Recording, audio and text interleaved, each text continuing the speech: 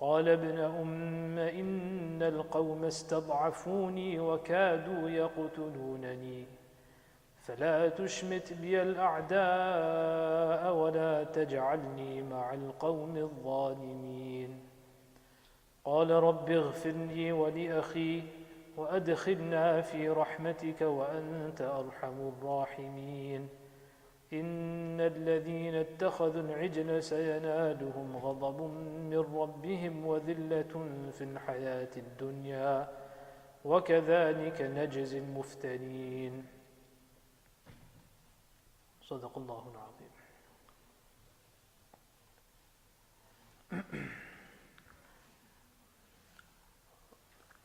When Musa alayhi salatu wasalam went to receive from Allah subhanahu wa ta'ala wahi and to speak to Allah subhanahu wa ta'ala on Mount Tur, then what did the people of Musa alayhi salatu wasalam do when he left?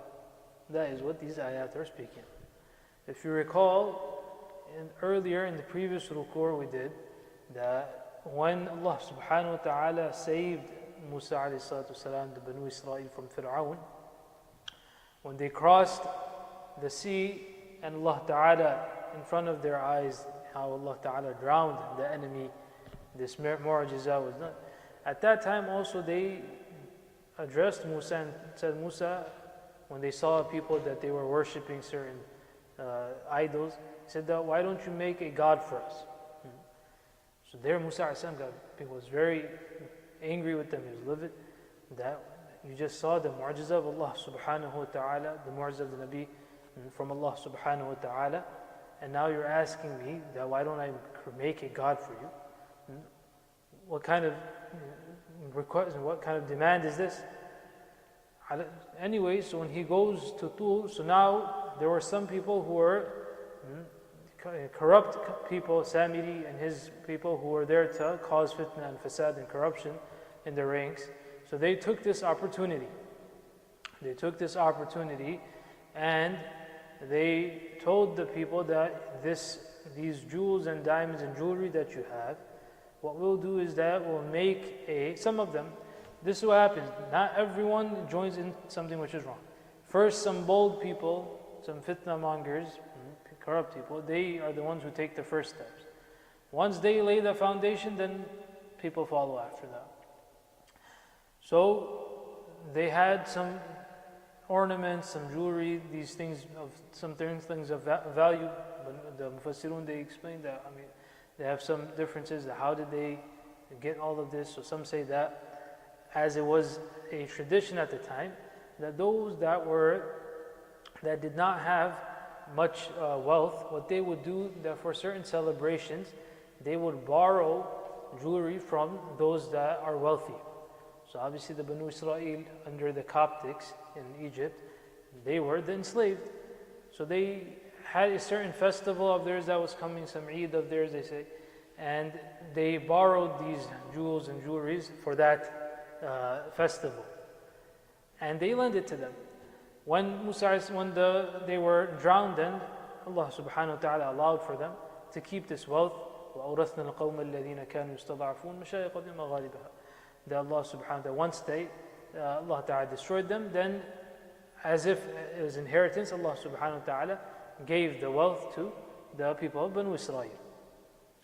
So whichever way it occurred and it came to them, what they did is that they made a calf. Ijlan means a calf out of these rubies, these jewels.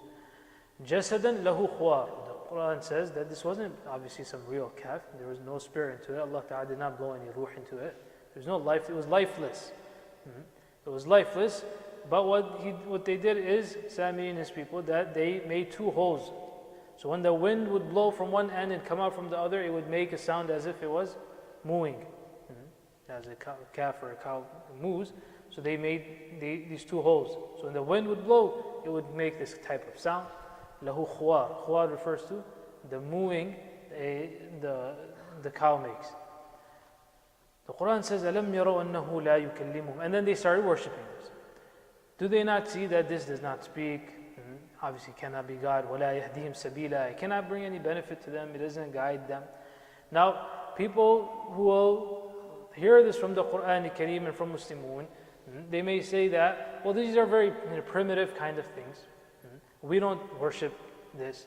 We don't worship cows, or some do, but others may say that we don't worship cows and we don't do idol worship, etc.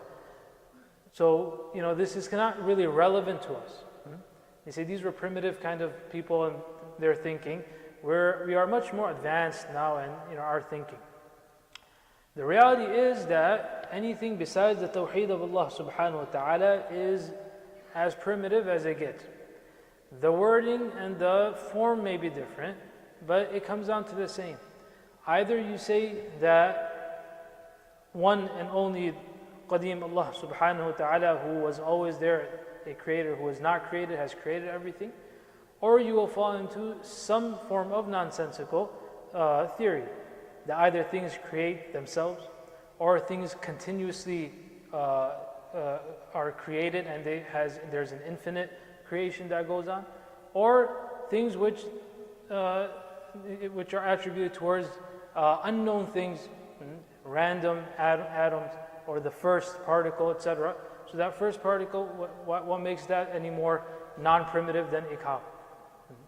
A particle. How is that? How is attributing creation to a random particle?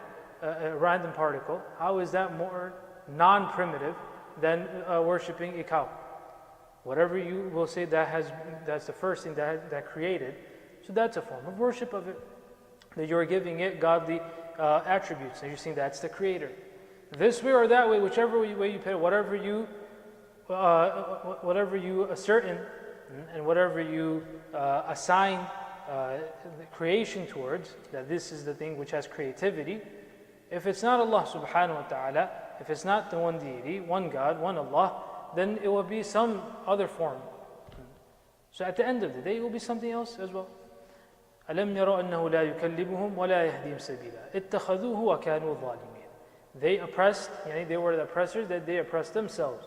The ibadah was to be done of Allah subhanahu wa ta'ala, the one who gave them hidayah, the one who saved them, the one who upon the hands of Musa ﷺ showed this mu'jiza. Yet they started worshipping other things. وَلَمَّا سُقِطَ فِي أَيْدِيهِمْ. When they fell to wringing their hands in regret, and this is an expression that sometimes when a person regrets, their head falls into their hands, or they put their hands out, that what has happened to us. وَرَأُوا أَنَّهُمْ قَدْ ضَلُّوا.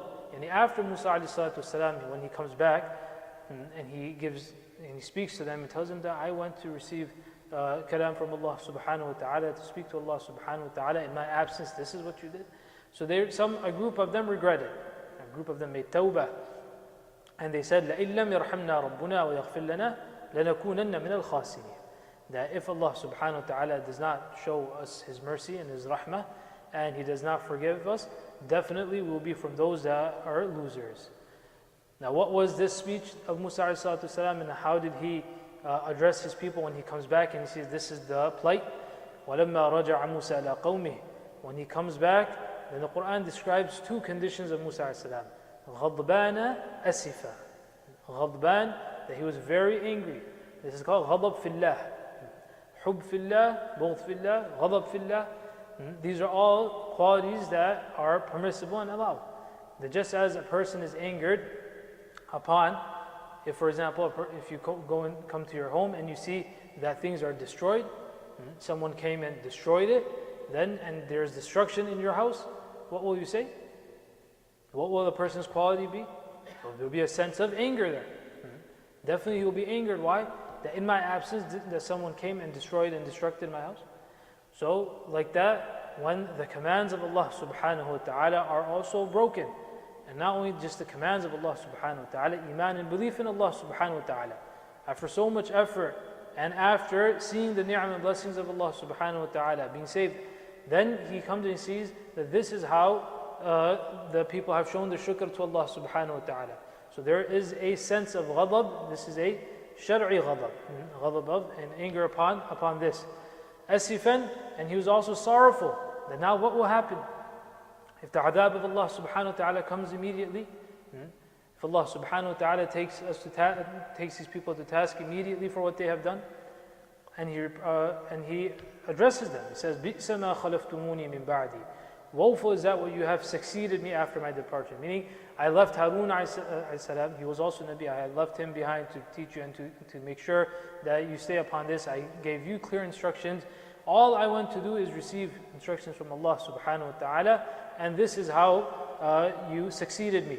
أَعَجِلْتُمْ أَمْرَ رَبِّكُمْ. So in this ghadab and his anger, he places the alwah, the tablets of the Torah, he casts them away and he puts them to one side and he starts speaking to them. So someone who will see, they may think that, well, why are you just putting away the Torah? You just received this hidayah from Allah subhanahu wa ta'ala, these guidances, and you have just kind of put it to one side. So the Quran Kareem uses this expression, وَأَلْقَى الْأَلْوَاحِ وَأَخَذَ بِرَأْسِ أَخِيهِ يَجُرُّهُ إِلَيْهِ, and he also takes Harun alayhi salam to task, because he had appointed him, and he thought that perhaps Harun alayhi salam did not do as he should have, or as much as he should have done in Nahi anil Munkar. Nahi anil Munkar means stopping people from evil. So he also grabs his brother, بِرَأْسِ أَخِيهِ يَجُرُّهُ إِلَيْهِ, and he holds him. قَالَ ابْنَ So Harun alayhi salam, when he sees this, he calms down his brother Musa alayhi salam. Ibn means, oh, the son of my mother. Meaning to bring soften his heart. This is the expression he uses. إِنَّ الْقَوْمِ اسْتَضْعَفُونِي. He presents his excuse that this is what happened. It's not that I did not do nahi an munkar. It's not that I did not try to stop them and give them da'wah. استضعفوني. They oppressed me, they looked down upon me, meaning the same level of awe and respect they had for Musa alayhi salam, they did not have that for Harun alayhi salam. Although both were anbiya. But as the Quran says, تِلْكَ الرُّسُلُ فَضَّلْنَا بَعْضَهُمْ عَلَى بَعْضٍ. Musa alayhi salam, being from the jilla of the anbiya, he had a certain aura around him, as you can see, the ghadab that he has. إِنَّ الْقَوْمِ اسْتَضْعَفُونِي وَكَادُوا يَقْتُلُونَنِي, and it was very close, they would almost kill me. So from here, fuqaha also say that when someone is doing nahi al munkar and their life is threatened, then to continue doing it is not necessary. They can stop. So he said that I did nahi al munkar as far as I could. Then a point came that they said that we will kill you if you do not stop telling us what to do. فَلَا تُشْمِتْ بِيَ الْأَعْدَاءِ. So they are already my enemies. Do not assist them now. They're in front of them, they're seeing that this is what you're doing to me. وَلَا تَجْعَلْنِي مَعَ الْقَوْمِ الظَّالِمِينَ. Do not consider me and place me amongst the people who have done wrong. Immediately Musa alayhi salam, as is the shan of the Anbiya alayhi salam, as the Anbiya act, قَالَ رَبِّ اغْفِرْ لِي وَلِيَخِي. Oh Allah, forgive me and my brother as well. Why is Musa alayhi salam asking forgiveness? One, to teach his ummah, to teach the Banu Israel on behalf of them as well. And that if he had wronged Harun alayhi salam, or if there was any form of wrong from his side, that he, although despite he did all the da'wah and all the effort that he did, despite that the Nabi still continues to do istighfar. إِذَا جَاءَ نَصْرُ اللَّهِ وَالْفَتْحِ. The ayat towards the end of Rasul's life are revealed that when you see the conquest and the nusra and the assistance of Allah subhanahu wa ta'ala, and now you see the fruits of your da'wah, that people are entering into Islam afwajan, groups and droves upon droves. يَدْخُلُونَ فِي دِينِ اللَّهِ أَفْوَاجًا. So what should you do as a Nabi? فَسَبِّحْ بِحَمْدِ رَبِّكَ. Number one, do the tasbih of Allah. Sing the praises of Allah subhanahu wa ta'ala. فَسَبِّحْ بِحَمْدِ رَبِّكَ وَاسْتَغْفِرْ. And seek forgiveness in Allah subhanahu wa ta'ala. So the Nabi is always turning to Allah subhanahu wa ta'ala. And the Nabi never says that I did this and now celebrates and call a big da'wah to tell everyone this is what I did and feast. No, wastaghfir. Again, he seeks forgiveness from Allah subhanahu wa ta'ala in case that if there was some deficiency from my side, in my da'wah, in what I did. The Nabi never looks to blame others. Nahi al munkar is in its place. Wa'ad al-nasiha, and taking and explaining to the people what to do, what's right, what's wrong, that's in its place. But they never throw the blame on anyone else. They consider themselves to be responsible. This is a very important lesson in da'wah. That a person, or as community building, when you speak about community building, you can't throw the buck onto someone else. It's because they did this. But you're also part of the world. You're also responsible for this. So Rabbi ighfir li wa li akhi. Every Nabi was like this. Nabi Adam as soon as he sent down to earth, immediately he Rabbana zalamna anfusana. They make dua to Allah subhanahu wa ta'ala. We've wronged ourselves, and they ask Allah subhanahu wa ta'ala for mercy. وَأَدْخِلْنَا فِي رَحْمَتِكَ. Enter us into your rahmah. وَأَنْتَ أَرْحَمُ الرَّاحِمِينَ. And you are the most merciful. Make dua that Allah ta'ala gives us the understanding of the Quran.